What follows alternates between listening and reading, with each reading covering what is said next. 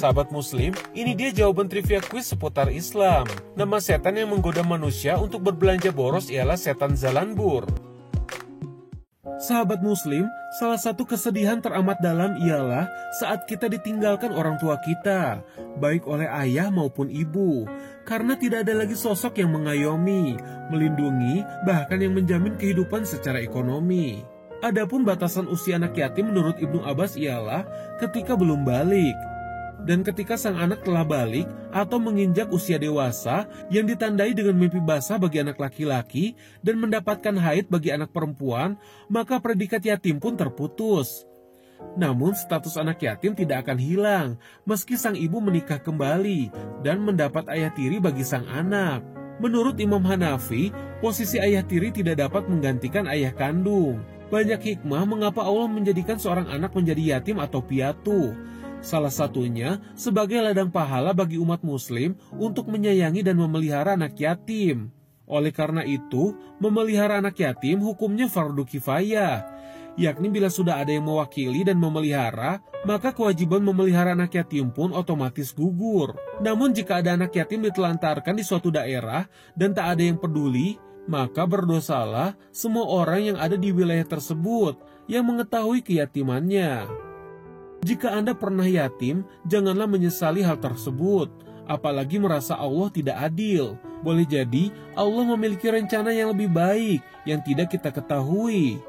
Contohnya, Rasulullah yang telah yatim sejak di dalam kandungan dan menjadi yatim piatu sejak umur 6 tahun. Bahkan kakeknya pun meninggal tak jauh dari waktu tersebut. Menurut kitab fikih Asyirah, adapun hikmah Allah meyatim piatukan Rasulullah ialah agar hilang anggapan bahwa dakwah dan ajaran Rasulullah mendapatkan didikan dan pengaruh dari sang ayah, ibu maupun kakeknya. Sehingga atas kebijaksanaan Allah tersebut, maka tak ada celah lagi bagi kaum musyrikin untuk mendustakan dakwah beliau dan menghilangkan keraguan kaum Quraisy di kala itu. Sahabat Muslim, di dalam harta kita terdapat hak anak yatim. Oleh karena itu, kita diwajibkan mengeluarkan zakat dari setiap bulan penghasilan yang kita dapatkan. Namun tentunya, tidak semua anak yatim berhak mendapatkan zakat. Dikutip dari NU Online, adapun anak yatim yang tidak berhak mendapatkan zakat ialah sebagai berikut. Yang pertama, anak yatim yang masih memiliki ibu, dan sang ibu memiliki pekerjaan layak, serta masih dapat menafkahi keluarga. Yang kedua, anak yatim yang memiliki harta warisan dan dapat mencukupi kehidupannya.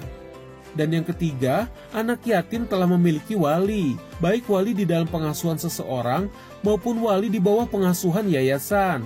Untuk lebih jelasnya, mari kita simak pemaparan berikut ini. Bismillah, salatu wassalamu rasulillah wa ala alihi wa sahbihi mawala wa ba'du. Salam yang terbaik, salam para malaikat kepada para jalbung di surga. Assalamualaikum warahmatullahi wabarakatuh. Alhamdulillah ya sahabat semuanya, pemirsa, kita seringkali mendengar ya, ara'aital ladzi yukadzibu biddin fadzalikal ladzi yad'ul yatim wa la yahuddu 'ala ta'amil miskin. Ini penting sekali nih. Surat Al-Maun ini ya dibuka dengan apa? Dibuka dengan stressing gitu ya.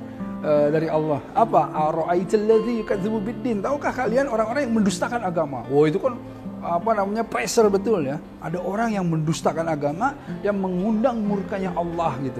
Siapa itu? Orang-orang yang kemudian menghardik anak-anak yatim gitu. Ya. Orang-orang yang menghardik itu artinya yang tidak mau peduli, yang kalau dideketin atau ada anak-anak yatim yang kemudian membutuhkan bantuan, dia nggak mau deket-deket, dia nggak mau bantu, dia nggak mau peduli gitu. Dia nggak mau, bahkan nggak ada empatinya sama sekali gitu ya. Nah, orang-orang seperti inilah yang kemudian mendustakan agama kata Allah.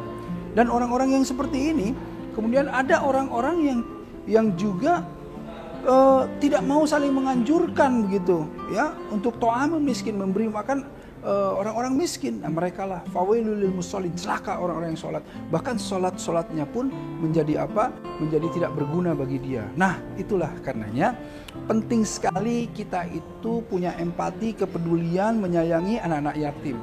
Sebagaimana contoh Rasulullah SAW. Rasulullah itu disebutnya Abu Yatama gitu ya, bapaknya anak-anak yatim, karena saking bagaimana Rasulullah SAW itu betul-betul memperhatikan anak-anak yatim. Karena apa? Karena beliau juga anak yatim gitu ya. Definisi anak-anak yatim adalah apa? Anak-anak yang belum akil balik tetapi ya dia tidak mempunyai ayah. Makanya yatim itu dalam kondisi yang lemah. Anak-anak yang seperti itu adalah anak-anak yang dalam kondisi yang sangat lemah. Rasulullah SAW menegaskan, apa itu? Anak wa kafilul yatim fil jannah hakaza, kata Rasulullah SAW. Saya kata, bersama orang-orang yang mengasuh anak-anak yatim di surga segini dekatnya. Jadi artinya apa? Kalau kita insya Allah kita mengasuh anak-anak yatim, kita peduli sama mereka, kita mau berbagi sama mereka, kita menyayangi mereka, insya Allah dijamin jannah. Bukan hanya jannah, tetapi apa? Di jannah segini dekatnya sama Rasul. Berarti apa? Surganya juga surga Firdaus, karena surga Rasul, surga para nabi itu surga yang paling tinggi, surga Firdaus. Dan di Firdaus pun itu hakaza, kata Rasulullah, sedekat ini.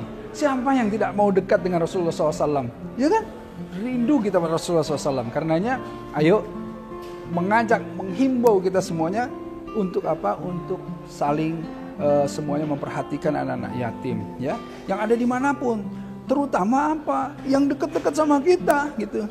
Nah, yang dekat sama kita itu penting sekali agar supaya kita itu bukan hanya membantunya, tetapi juga dengan kasih sayang. Ya, jadi bukan hanya memberikan harta untuk mereka, menyantuni mereka, tetapi juga memberikan kasih sayang bersama mereka. Nah, inilah yang penting. Insya Allah, dengan itu semuanya kita akan masuk ke dalam surga, surganya Firdaus, dan sedekat ini dengan Rasulullah Sallallahu Alaihi Wasallam. Amin ya Allah ya Rabbal Alamin. Assalamualaikum warahmatullahi wabarakatuh. Sahabat Muslim, saatnya trivia kuis seputar Islam. Siapakah penemu sistem kalender Hijriah? Tunggu jawabannya sesaat lagi.